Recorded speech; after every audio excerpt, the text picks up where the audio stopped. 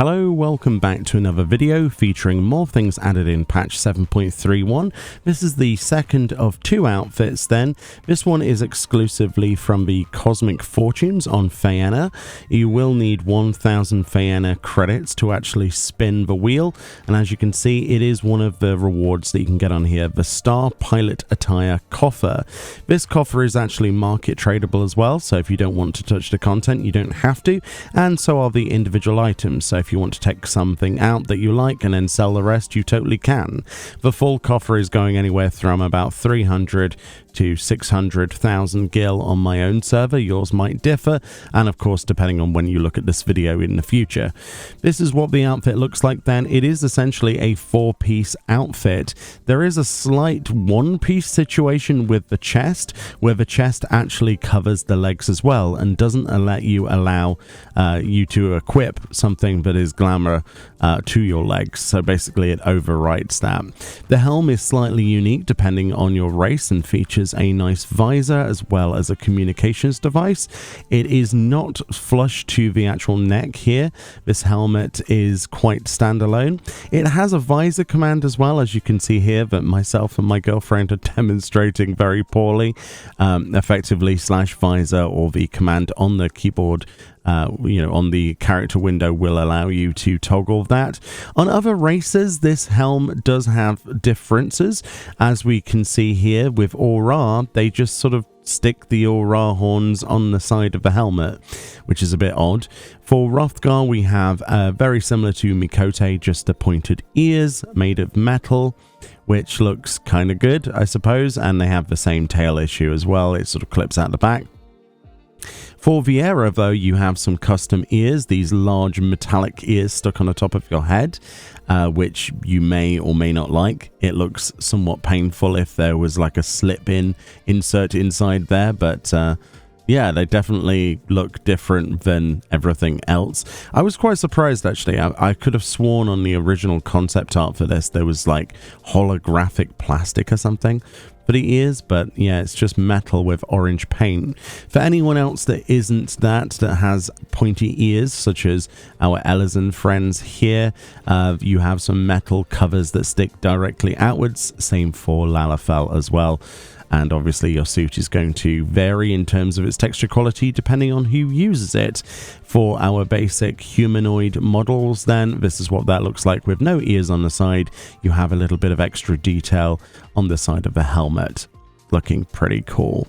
For our character then, let's separate all of the pieces and give you a demonstration. So these are the boots that otherwise you probably wouldn't see if I didn't do this, which are fairly normal. They're just ankle high. They seem to be sort of like sealed inserts. And yeah, there's the bottom of the boots as well for the 1% of people that even care about what the tread looks like on these boots. For the gloves then, they kind of have this locking mechanism that you would get on a spacesuit, sort of like with a buckle. So it's like designed to look like both the boots and the gloves are sealed entities. So if you were to attach them to a spacesuit, that kind of thing. But you could definitely use these for biker attire and things like that if you wanted some neon colors to flow through this. The suit itself then, like I say, is a chest piece and a leg piece combined.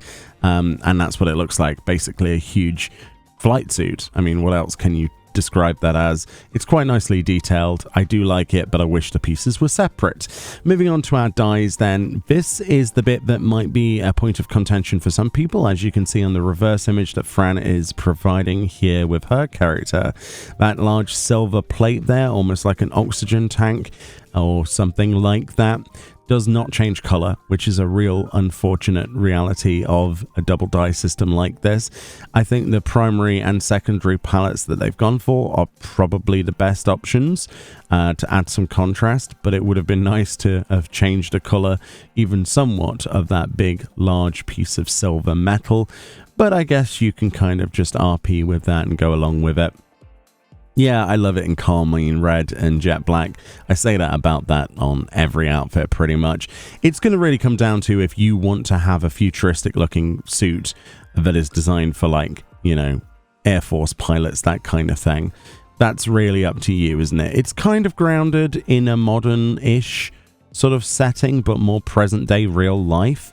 rather than something that is neo-futuristic, which is a lot of the other gear, but it should combine quite well with a lot of those pieces, and I think the dyes are pretty decent.